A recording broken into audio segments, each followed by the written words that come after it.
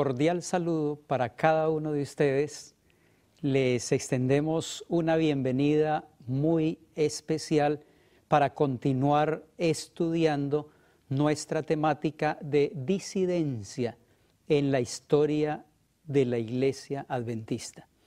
Antes de introducirnos en nuestro tema, les invito para que cerremos nuestros ojos, inclinemos nuestro rostro y vamos a pedir la bendición de Dios. Oremos. Nuestro Padre y nuestro Dios, te damos gracias por el plan de la salvación. Te damos gracias porque cuando estábamos perdidos en el abismo del pecado, enviaste a Jesucristo para rescatarnos del pecado y de la muerte y otorgarnos la salvación y la vida eterna. Ahora que vamos a reflexionar en tu palabra, te pedimos que tu Santo Espíritu pueda iluminar nuestras mentes y nuestros corazones y entonces podamos comprender el amor y la misericordia de Dios para con cada uno de nosotros. Agradecemos esta bendición de todo corazón en el nombre precioso de Cristo Jesús. Amén. Muy bien, apreciados amigos y hermanos, hemos dicho que la Biblia nos habla de varios disidentes y varias disidencias a lo largo de la historia de nuestra iglesia. En esta noche queremos analizar cómo una persona, cómo un siervo de Dios no llega a ser disidente de un día para otro, sino que esa persona o ese siervo de Dios llegará a ser disidente solo a través de un trágico proceso de descenso espiritual. Nadie se convierte en disidente de hoy para mañana, pero llegar a la disidencia implica todo un proceso de descenso espiritual y ese trágico proceso está ilustrado en las Sagradas Escrituras en la experiencia del apóstol San Pedro, que cayó muy bajo cuando negó a nuestro Señor Jesucristo, se avergonzó de su nombre. Por eso me gustaría invitarles en esta noche para leer de las Sagradas Escrituras en el Evangelio según San Lucas, el capítulo 22, el versículo 31 y 32. El Evangelio según San Lucas, el capítulo 22, el verso 31 y 32, dice así la palabra de Dios. Dijo también el Señor: Simón, Simón, he aquí Satanás os ha pedido para zarandearos como a trigo, pero yo he rogado por ti que tu fe no falte, y tú, una vez vuelto, confirma a tus hermanos. El Señor Jesucristo le ha dicho al apóstol Pedro que el diablo lo ha pedido para ser zarandeado. Y creo que el diablo, apreciados hermanos y amigos, quiere zarandear a cada uno de los cristianos en este siglo XXI. El diablo está interesado en probar nuestra fe. El diablo está interesado en sacudir nuestros principios. El diablo quiere saber cuánta fibra espiritual posee cada uno de los cristianos de este mundo. El Señor Jesucristo le dijo a Pedro que había sido pedido para ser zarandeado, pero las buenas noticias del Evangelio a través de la palabra de Dios es que el Señor Jesucristo le dijo al apóstol: pero yo he orado por ti para que tu fe no falte.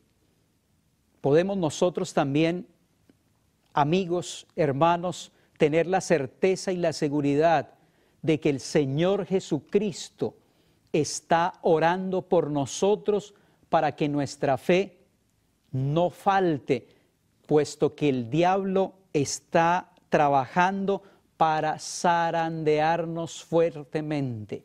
Y la declaración del apóstol es: y tú, una vez vuelto, dice el Señor a Pedro, confirma a tus hermanos. Es decir, Pedro todavía no se había convertido plenamente. El apóstol Pedro estaba yendo en un trágico proceso de descenso espiritual. Empezó a descender espiritualmente. Cristo le dijo que el diablo lo estaba zarandeando. Él estaba orando por Pedro y el Señor le dice: y una vez vuelto, una vez que te hayas convertido, confirma a tus hermanos en la fe. Alabamos a nuestro Dios porque Él está intercediendo, porque Él está orando por nosotros para que nuestra fe no falte. Así que, apreciados hermanos y amigos, ningún siervo de Dios se convierte en un disidente de un día para otro, pero lo hace a través de un proceso de descenso espiritual. Y vamos a ver entonces cómo en la experiencia del apóstol Pedro, él empieza a descender y empieza a dar algunos pasos en ese proceso que lo llevarán finalmente a negar a su maestro, a negar al Señor Jesucristo. El primer paso en ese camino descendente de la disidencia, amigos y hermanos, se da cuando se tiene demasiada confianza en sí mismo. Esa fue la experiencia del apóstol Pedro. Por eso les invito para que leamos en el Evangelio según San Mateo, el capítulo 26, el versículo 31 al 35. San Mateo, capítulo 26, los versos 31 al 35. Entonces Jesús les dijo: todos vosotros os escandalizaréis de mí esta noche, porque escrito está: heriré al pastor y las ovejas del rebaño serán dispersadas. Pero después que haya resucitado, iré delante de vosotros a Galilea. Respondiendo Pedro, le dijo: aunque todos se escandalicen de ti, yo nunca me escandalizaré. Y Jesús le dijo: de cierto te digo que esta noche, antes que el gallo cante, me negarás 3 veces. Y Pedro le dijo: aunque me sea necesario morir contigo, no te negaré. Y todos los discípulos dijeron lo mismo. Ellos le aseguraron enérgicamente a Jesús que irían con él hasta la cárcel o hasta la muerte. Y el pobre Pedro, en su suficiencia propia, había añadido: aunque todos sean escandalizados, mas no yo. Pedro estaba lleno de suficiencia propia y empezó a ir entonces en ese camino descendente de la apostasía. La sierva del Señor, comentando este incidente donde los discípulos manifestaron esa confianza en sí mismos, esa suficiencia propia, ella declara en el Deseado de todas las gentes, la página 456, tened cuidado, es una advertencia para nosotros que no vayamos en ese camino descendente de la apostasía. Tened cuidado, no sea que os creáis suficientes y obréis por vuestra propia fuerza, en lugar de hacerlo por el Espíritu y la fuerza de vuestro Señor. Mientras miréis más arriba que vosotros mismos, tendréis un sentimiento continuo de la flaqueza de la humanidad. Cuanto menos apreciéis el yo, más clara y plena será vuestra comprensión de la excelencia de vuestro Salvador. Aquí la sierva del Señor está contrastando el poder y la grandeza de Dios con la flaqueza y la debilidad humana. Así que el primer paso en ese camino descendente hacia la disidencia tiene que ver con un espíritu de suficiencia propia, tiene que ver con un espíritu de confianza en sí mismo antes de confiar y depender del poder y del Espíritu de Dios. El apóstol Pedro iba en esa experiencia que desafortunadamente lo llevaría finalmente a negar a su Señor. El Evangelio de Mateo presenta otro paso descendente que dio el apóstol Pedro para llegar a esa terrible experiencia. En el capítulo 26, los versículos 37 en adelante, se presenta otro de los errores que cometió el apóstol y que ilustran ese camino descendente en el cual puede ir una persona que está yendo hacia la disidencia. Dice Mateo el capítulo 26, los versículos 37 al 41. Y tomando a Pedro y a los hijos de Zebedeo, comenzó a entristecerse y angustiarse en gran manera. Entonces Jesús les dijo: mi alma está muy triste hasta la muerte. Quedaos aquí y velad conmigo. Yendo un poco adelante, se postró sobre su rostro, orando y diciendo: Padre mío, si es posible, pase de mí esta copa, pero no sea como yo quiero, sino como tú. Vino luego a sus discípulos y los halló durmiendo, y dijo a Pedro: ¿así que no habéis podido velar conmigo una hora? Velad y orad para que no entréis en tentación. El espíritu a la verdad está dispuesto, pero la carne es débil. El segundo paso que dio el apóstol en ese camino descendente, apreciados hermanos y amigos, fue descuidar la oración. Primero, estaba lleno de suficiencia propia, lleno de confianza en sí mismo. Número dos, ahora el apóstol había descuidado la oración, y la sierva del Señor nos amonesta a nosotros a que podamos cada día, en la primera hora de cada mañana, mantener una estrecha relación con nuestro Dios.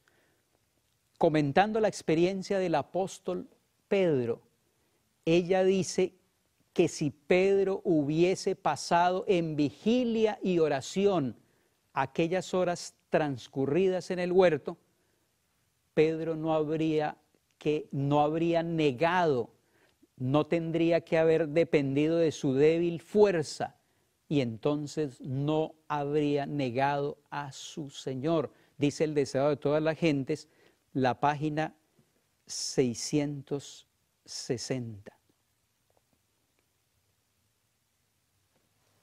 El apóstol San Pedro, en su experiencia, siguió avanzando, pero no hacia adelante y hacia arriba, sino hacia abajo en ese camino descendente. Y dio un tercer paso en ese paso de apostasía, y fue echar mano de las armas de la carne para defender el reino de Dios, para defender una obra que es netamente espiritual. Nuevamente el evangelista San Mateo en el capítulo 26 y el versículo 50 nos ilustra el comportamiento del apóstol San Pedro. En el versículo 50 del capítulo 26 declara la Biblia, y Jesús le dijo: amigo, ¿a qué vienes? Entonces se acercaron y echaron mano a Jesús y le prendieron. Pero uno de los que estaban con Jesús, extendiendo la mano, sacó su espada e hiriendo a un siervo del sumo sacerdote, le quitó la oreja. Entonces Jesús le dijo: vuelve tu espada a su lugar, porque todos los que tomen espada, a espada perecerán. ¿Acaso piensas que no puedo ahora orar a mi Padre y que Él me daría más de 12 legiones de ángeles? Echar mano de las armas de la carne para defender y hacer progresar el reino de Dios es uno de los errores que normalmente nosotros cometemos, pero que nos pueden llevar a nosotros a una experiencia triste y amarga en nuestra vida espiritual, como le ocurrió al apóstol Pedro.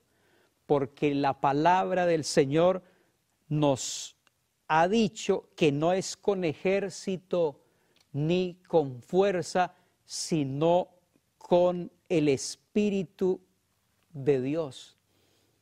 La Sagrada Escritura nos dice que cuando el apóstol Pablo trató de utilizar sus capacidades, cuando él trató de utilizar las armas de la carne, su propia filosofía para tratar de alcanzar a muchas almas para el reino de Dios, fracasó, porque enfrentó a los filósofos griegos con su propia filosofía, porque enfrentó la argumentación de ellos con su propia argumentación intelectual y tuvo pocos resultados. Pero cuando el apóstol Pablo entendió que debía utilizar las armas del Espíritu y no las armas de la carne, el libro de los Hechos nos dice que Pablo tuvo mucho éxito y por eso con autoridad declaró que se había propuesto predicar solamente a Cristo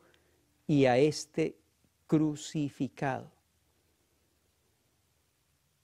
El siguiente paso que dio el apóstol Pedro en ese camino descendente de la apostasía hasta llegar a negar a su maestro, lo dio cuando se convirtió en un instrumento de Satanás.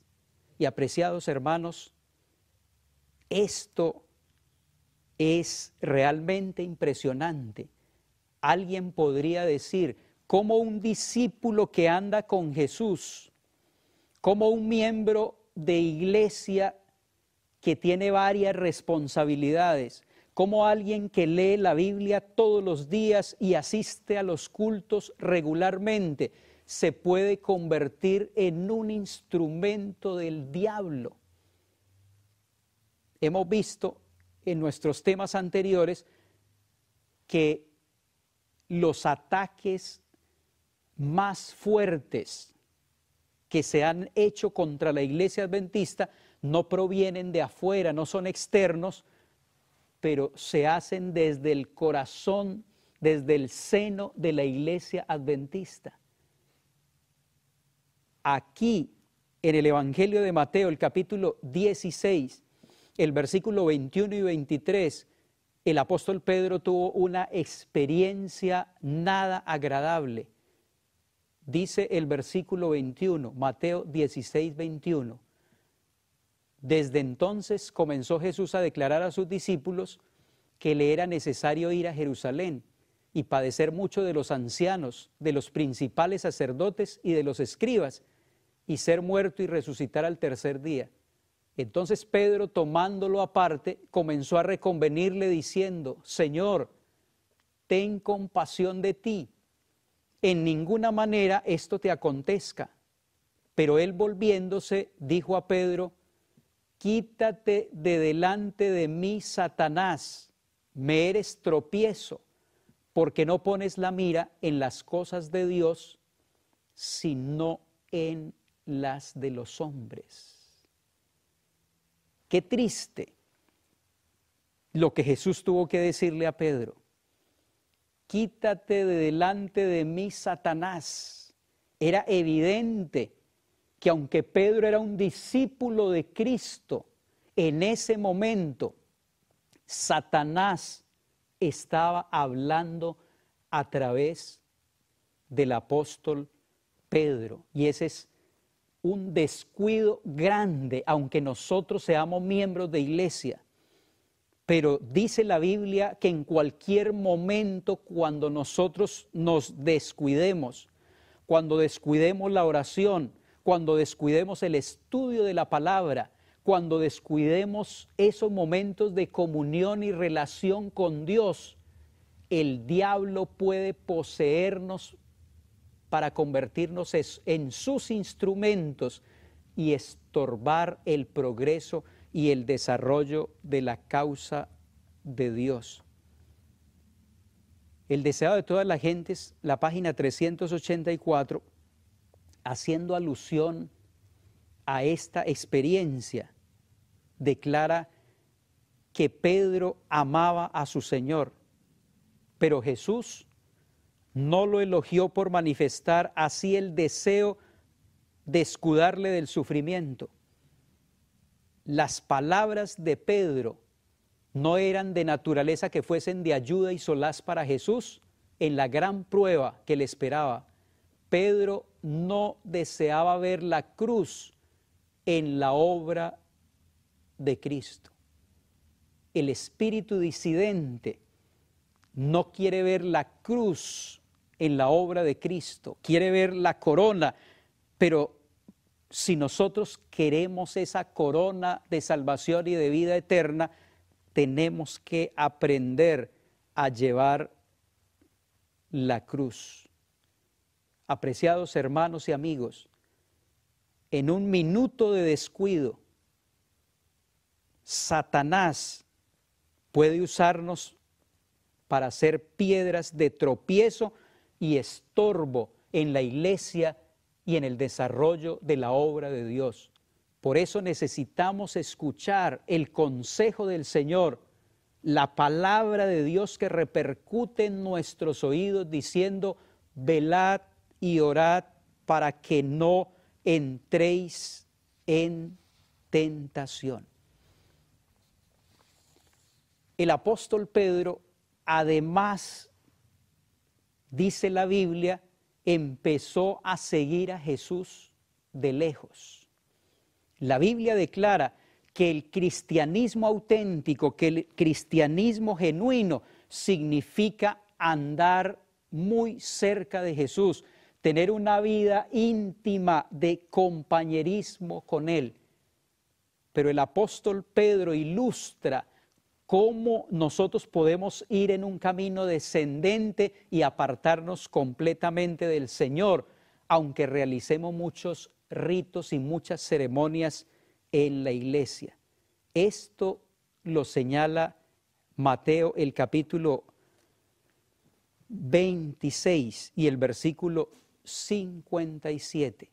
Mateo, el capítulo 26 y el versículo 57 declara la palabra del Señor. Los que prendieron a Jesús le llevaron al sumo sacerdote Caifás, a donde estaban reunidos los escribas y los ancianos.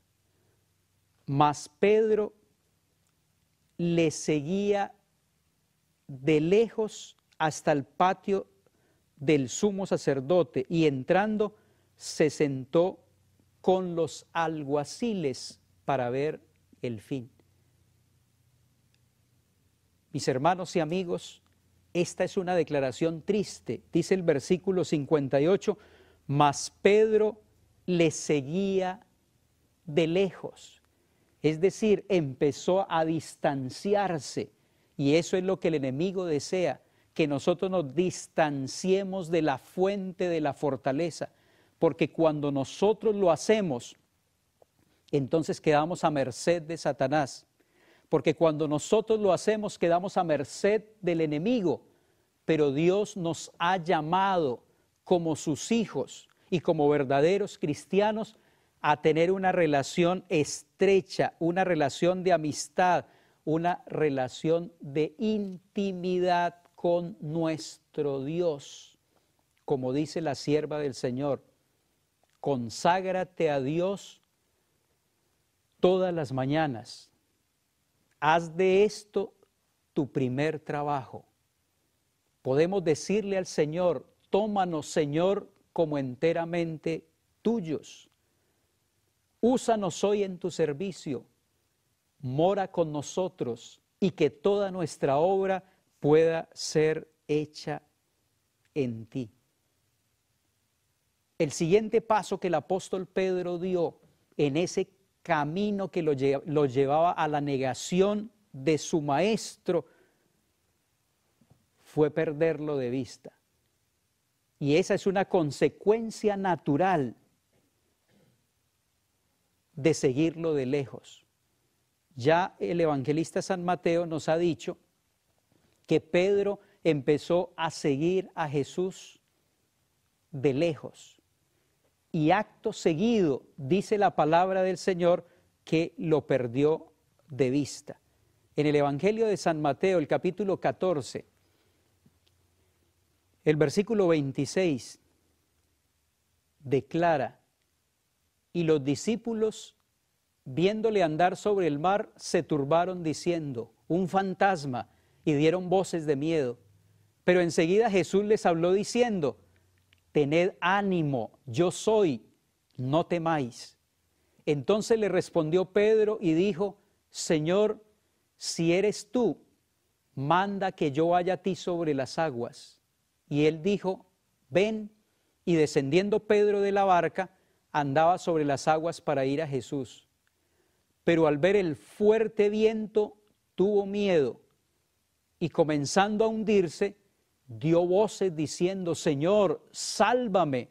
Y al momento Jesús, extendiendo la mano, asió de él y le dijo, hombre de poca fe, ¿por qué dudaste? Pedro perdió de vista a Jesús y como consecuencia, dice el texto, empezó a hundirse. El deseo de todas las gentes comenta que mientras Pedro estaba mirando a Jesús, andaba con seguridad. Pero cuando con satisfacción propia miró hacia atrás a sus compañeros que estaban en el barco, sus ojos se apartaron del Salvador y entonces él empezó a hundirse. Este, apreciados hermanos y amigos, es el trágico proceso del descenso espiritual que llevó a Pedro a esa experiencia amarga de negar a su Señor. Primero nos encontramos con un Pedro lleno de suficiencia propia, después con un Pedro que descuida la oración, después con un Pedro que echa mano de las armas de la carne para defender el reino de Dios, olvidando que no es con ejército ni con fuerza, sino con el Espíritu de Dios. Después nos encontramos con un Pedro que se descuida y se convierte en un instrumento de Satanás, porque el Señor le dice, apártate de mí, Satanás, porque me eres piedra de tropiezo. Un Pedro que sigue a Jesús de lejos y un Pedro que lo pierde de vista por las circunstancias adversas que lo rodean, por mirar a sus amigos con satisfacción propia, pierde de vista a Jesús, cuando la Biblia ha dicho que debemos poner nuestros ojos en el autor y consumador de nuestra fe. Ese proceso lo llevó finalmente a negar a su maestro. Cuando llegó el momento definitivo, Pedro no tenía fuerzas espirituales. Pedro cayó muy bajo y tuvo que negar a Cristo Jesús. Pero amigos y hermanos, la buena noticia del Evangelio es que Pedro pudo experimentar un arrepentimiento genuino. Pedro lloró lágrimas de verdadero arrepentimiento. Y cuando el Señor Jesucristo, a pesar de ese proceso de descenso espiritual del apóstol, vio esas lágrimas de arrepentimiento, la Biblia dice que Jesucristo le dio otra oportunidad a Pedro cuando le preguntó, ¿me amas? Y nuevamente lo restituyó al ministerio cuando le dijo, apacienta mis ovejas, apacienta mis corderos. Pedro se arrepintió y esta experiencia del apóstol nos hace reflexionar a nosotros que aunque nos hayamos alejado del Señor y aunque muchas veces hayamos ido en ese proceso de descenso espiritual, Dios puede perdonarnos y ayudarnos a levantar para tener una experiencia profunda con Él. El apóstol Pedro nos ha ilustrado cómo una persona no se convierte en un apóstata o en un disidente de un día para otro, sino que lo hace a través de un proceso. Pues hermanos y amigos, en nuestra historia denominacional hay un hombre muy parecido a Pedro que tuvo mucha influencia en nuestra iglesia, que fue muy reconocido como líder y que transitó también hacia la disidencia en un proceso trágico de descenso espiritual. Me estoy refiriendo al doctor John Harvey Kellogg. La historia denominacional adventista enseña que el doctor Kellogg fue un escritor, un inventor brillante, un médico nutricionista muy destacado. Fue uno de los hombres más famosos de la historia de este movimiento, de la Iglesia Adventista del Séptimo Día. El mundo lo recuerda como el director de ese sanatorio famoso de Battle Creek, un sanatorio que en su tiempo, a finales del siglo XIX, se convirtió en una de las instituciones más famosas del mundo en lo que tenía que ver con medicina preventiva que aplicaba el doctor Kellogg. Este hombre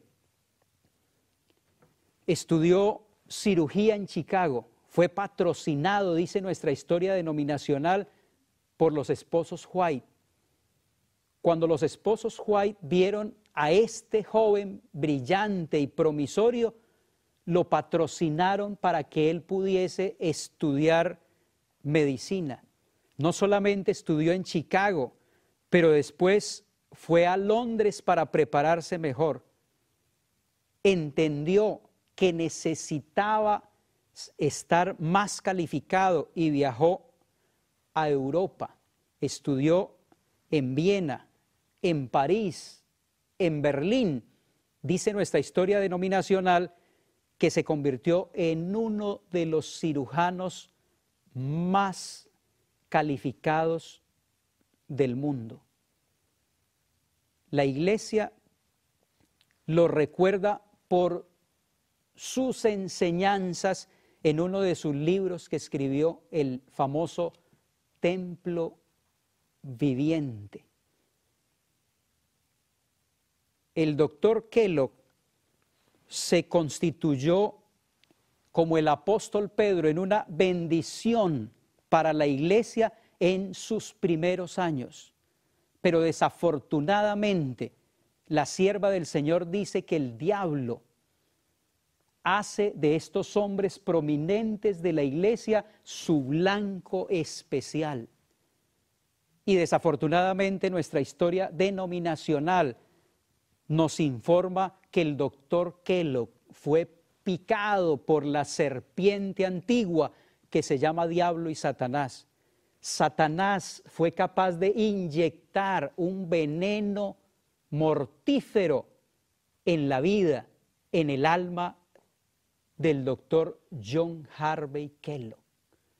Este hombre empezó a llenarse de suficiencia propia, como hizo el apóstol Pedro, cuando fue en ese trágico camino de descenso espiritual para negar a su Señor.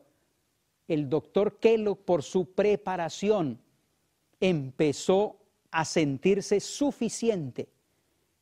Y dice nuestra historia denominacional que empezó a menospreciar a los pastores, a los ministros del Señor, porque eran ellos los que tenían que dirigir las juntas de ese gran sanatorio en Battle Creek. El pastor era el presidente de la junta, pero él decía, este pastor es el presidente, pero no tiene la educación que yo tengo. Empezó a menospreciar a los pastores y a tener serias dificultades con ellos. Tanto que Elena G. de White, varias veces la sierva del Señor, tuvo que llamarle la atención. Pero el proceso del doctor John Harvey Kellogg continuó, porque en sus predicaciones, en sus exposiciones de la palabra, comenzó a dejar sentir sus ideas panteístas. ¿Qué es el panteísmo? El doctor Kellogg expresaba conceptos como Dios está en todo. Él es un efluvio universal que llena todo. Dios está en el árbol, Dios está en la flor, en el ave, en el rayo. Dios está en nosotros. Esto se conoce como panteísmo. Pan significa todo en el idioma griego y teísmo, Dios. Creo que una de las mejores definiciones de panteísmo es que Dios es todo y todo es Dios. Es decir, Dios se despersonaliza para convertirse en una esencia que llena el universo entero.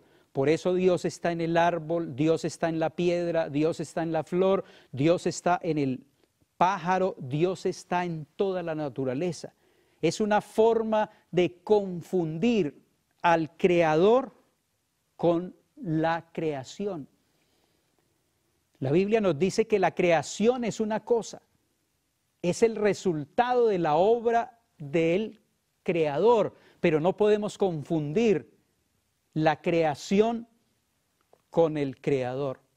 Cuando el doctor Kellogg empezó con estas falsas filosofías dentro de la iglesia, la sierva de Dios, Elena G. de White, acuñó una frase, un concepto, el concepto de la apostasía alfa y omega, escogiendo la primera y la última letra del alfabeto griego. Y ella habló entonces en el contexto de las enseñanzas del doctor John Harvey Kellogg de una apostasía alfa, pero dijo también que vendría después, al final, la apostasía omega. En el libro Mensajes Selectos, el tomo 1, la página 231, la sierva del Señor, en el contexto de las teorías y los conceptos del doctor Kellogg que se introducían rápidamente en la iglesia adventista del séptimo día, ella declaró: no os engañéis, muchos se apartarán de la fe prestando atención a espíritus engañadores y a doctrinas de demonios. Tenemos ahora delante de nosotros el alfa de este peligro. La omega será de una naturaleza asombrosísima. Tenemos delante de nosotros, dijo ella, la apostasía alfa, pero viene una apostasía más asombrosa, profetizó ella, diciendo que era la apostasía omega. Y declaró también, ya se están introduciendo entre nosotros elementos espiritualistas.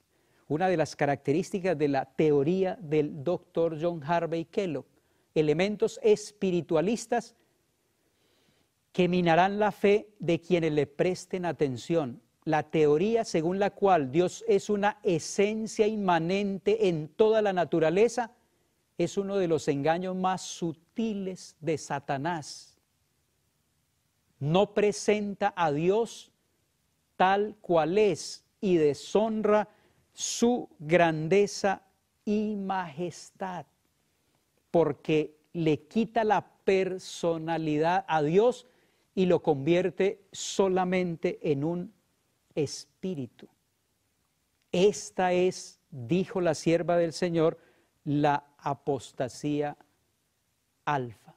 Si Dios es una esencia inherente a toda la naturaleza, debe pues morar en todos los hombres. Y para llegar a la santidad, el hombre necesita tan solo desarrollar el poder que está en él. Y esto se traduce hoy en el siglo XXI, apreciados hermanos y amigos, como humanismo que procede del panteísmo. Esa corriente filosófica humanista que enseña que nosotros somos Dios. Es decir, que dentro de nosotros hay un potencial tan grande que no hemos descubierto, que dentro de nosotros habita una energía tan poderosa que nosotros podemos descubrirla mirando hacia adentro de nosotros, no mirando hacia afuera, colocando al ser humano como si fuera Dios mismo. El humanismo enseña que la solución para todos los problemas de la raza humana se encuentran en nuestro interior. Hay necesidad de mirar dentro de nosotros mismos, pero la Biblia nos dice que dentro de nosotros mismos lo único que hay es un corazón pervertido, es un corazón manchado, es una naturaleza pecaminosa y por eso necesitamos mirar fuera de nosotros a alguien que es santo, a alguien que es poderoso, a alguien que nos puede ayudar y restaurar. Por eso dijo la sierva del Señor que esta es una de las herejías más sutiles que trató de introducirse a finales del siglo XIX y a principios del siglo XX dentro de la Iglesia Adventista del Séptimo Día. El doctor Kellogg escribió el libro titulado El Templo Viviente. Elena G. de White muchas veces le animó para que no publicara ese libro, pero él insistió una y otra vez en publicarlo y distribuirlo en el pueblo de Dios. Había ideas muy raras en ese libro, como esta, por ejemplo, que se encuentra en la página 29 del libro El Templo Viviente. Escuchen, apreciados hermanos, semejante declaración. Decía el doctor Kellogg en su libro, supongamos que tenemos una bota delante de nosotros, no una bota regular, sino una bota viva. Y cuando echemos un vistazo, nosotros vemos botitas salir de ella y empujando los dedos, cayendo de los lados y saliendo hacia afuera de la bota, miles de botas, muchas botas continuamente saliendo de la bota viviente. Nosotros no somos movidos a clamar que hay un zapatero en la bota. Así también hay una presencia en los árboles, un poder que crea y lo mantiene, un hacedor de árboles en el árbol. ¿Ven ustedes cómo esa teoría panteísta estaba minando a nuestra iglesia y estaba desfigurando la naturaleza de nuestro Dios. Estas ideas estaban haciendo tanto daño a nuestra iglesia que Elena G. de White, en el libro Mensajes Selectos, el tomo 1, la página 235, presenta por lo menos 10 objeciones a este libro llamado El Templo Viviente. Compartiré con ustedes brevemente esas 10 objeciones que ella presenta en el libro Mensajes Selectos, el tomo 1. Está en contra del templo viviente. Número 1, dice la sierva del Señor, se basaba en un razonamiento malsano. Número 2, especulaba sobre la presencia y la personalidad de Dios. Era especulación sobre la presencia y la personalidad de Dios, porque él decía que Dios no está en el cielo, Dios está en todas partes. Como consecuencia, donde Dios esté, allí está el cielo.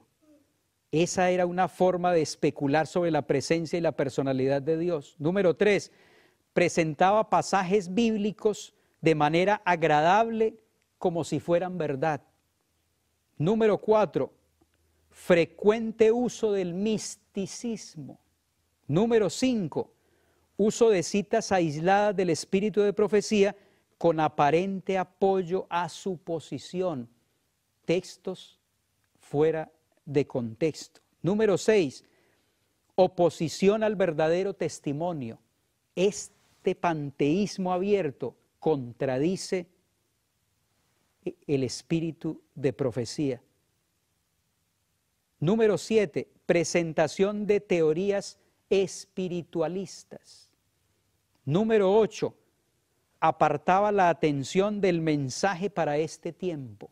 No era ese el mensaje para el tiempo que se vivía. Número 9, uso del hipnotismo. Dice la sierva del Señor en este libro, Mensajes Selectos, el tomo 1, que el doctor Kellogg empezó a usar también el hipnotismo. Hipnotizaba a muchos de sus pacientes. Y número 10, esta teoría espiritualista aflojaba las vigas que sostenían la plataforma de la verdad. Y cuando ella habla de las vigas que sostienen la plataforma de la verdad, está hablando de los hitos, ¿cierto? Los hitos de la verdad, como el mensaje de los 3 ángeles. La sierva del Señor se preocupó por esta situación, ayunó por esta situación tratando de salvar a un disidente, el doctor Kellogg. Lo reconvino muchas veces, lo aconsejó, lo orientó, porque lo veía como uno de sus hijos. Pero el doctor Kellogg se empecinó en seguir ese trágico proceso de descenso espiritual. Y el diablo, así como tomó al apóstol Pedro para hacerlo piedra de tropiezo, el diablo tomó al doctor Kellogg para seguir en ese camino peligroso que podría perjudicar grandemente a la iglesia. Ángeles malignos habían tomado cautiva la mente del orador, dice la sierva de Dios.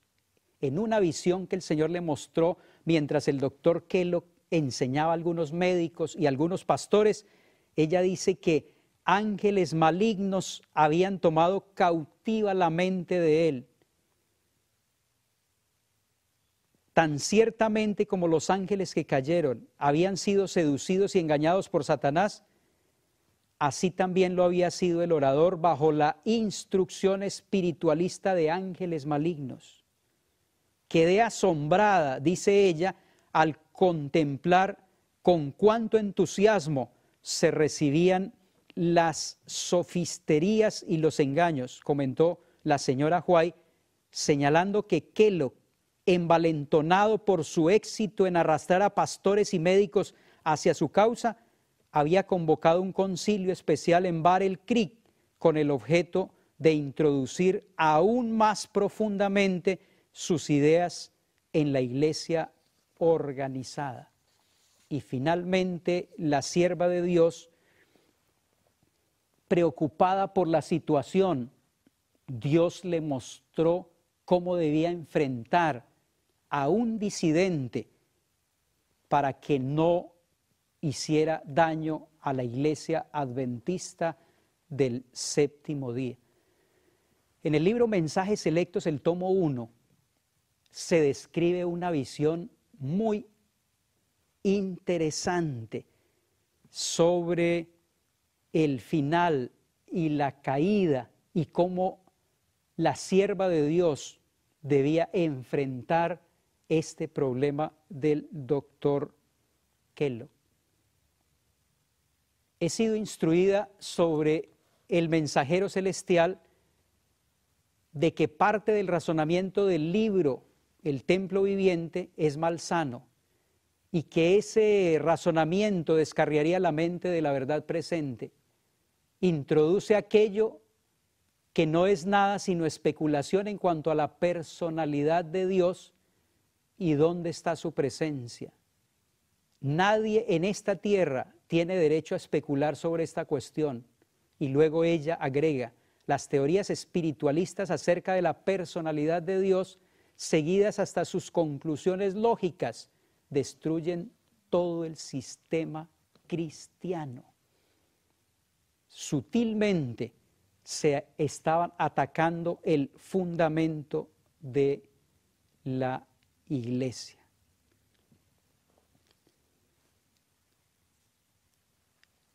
Una noche fue presentada ciertamente una escena delante de mí, dice la sierva del Señor. Navegaba un barco en medio de una densa neblina y de pronto el vigía exclamó: iceberg, iceberg a la vista. Allí, como una elevada torre por encima del barco, estaba un gigantesco iceberg. Una voz autorizada exclamó: hazle frente. No hubo un momento de vacilación. Se demandaba acción instantánea. El maquinista dio marcha a todo vapor y el timonel dirigió el barco directamente contra el iceberg. Con un crujido golpeó el témpano. Hubo una terrible sacudida y el iceberg se rompió en muchos pedazos que cayeron sobre la cubierta con un estruendo semejante al trueno. Los pasajeros fueron violentamente sacudidos por la fuerza de la colisión, pero no se perdieron vidas. El navío se dañó, pero sin remedio. Rebotó el contacto temblando de proa a popa como una criatura viviente. Entonces siguió adelante en su camino. Dice la sierva del Señor, bien sabía yo el significado de esta visión. Había recibido mis órdenes. Hazle frente. Hazle frente. Sabía cuál era mi deber y que no había un momento que perder. Había llegado el tiempo de una acción decidida sin demora. Debía entonces obedecer la orden, hazle frente. Con esta visión, dice la sierva de Dios, que enfrentó entonces las herejías, que enfrentó la disidencia del doctor Kellogg y todos sus seguidores. Porque, apreciados hermanos y amigos, cuando se levanta un disidente, no es raro que encuentre seguidores. Casi todos los médicos y muchos de los pastores habían sido convencidos por estas falsas teorías espiritualistas. Habían sido plagados por el concepto del panteísmo y estaban siguiendo hacia el abismo al doctor Kellogg. La sierva del Señor fue instruida en enfrentarlo. Lo enfrentó y el doctor Kellogg empezó a sentir, como sienten la mayoría de los disidentes, en vez de permanecer dentro de la iglesia, empezó a sentir que debía separarse de ella y actuar con absoluta independencia. Dios obró poderosamente y el 18 de febrero del año 1902, el sanatorio de Battle Creek se quemó. Y el 30 de diciembre de ese mismo año, 1902, la Review también fue quemada antes de que se imprimiera el famoso libro del templo viviente. Desafortunadamente, la historia nos dice que el 10 de noviembre del año 1907, la iglesia de Battle Creek quitó el nombre de John Harvey Kellogg como miembro de la Iglesia Adventista del Séptimo Día. Se le invitó a estar presente, pero él no quiso asistir.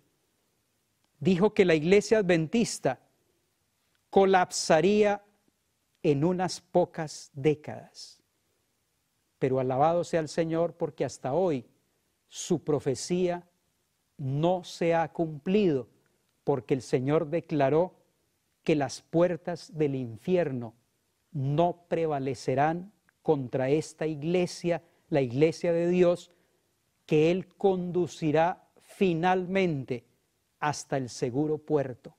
Alabemos a Dios, porque tenemos el inmenso privilegio de pertenecer a esta iglesia, la Iglesia Adventista del Séptimo Día, que ha sido llamada por Dios para cumplir la misión de preparar un pueblo para la segunda venida. Que Dios les bendiga.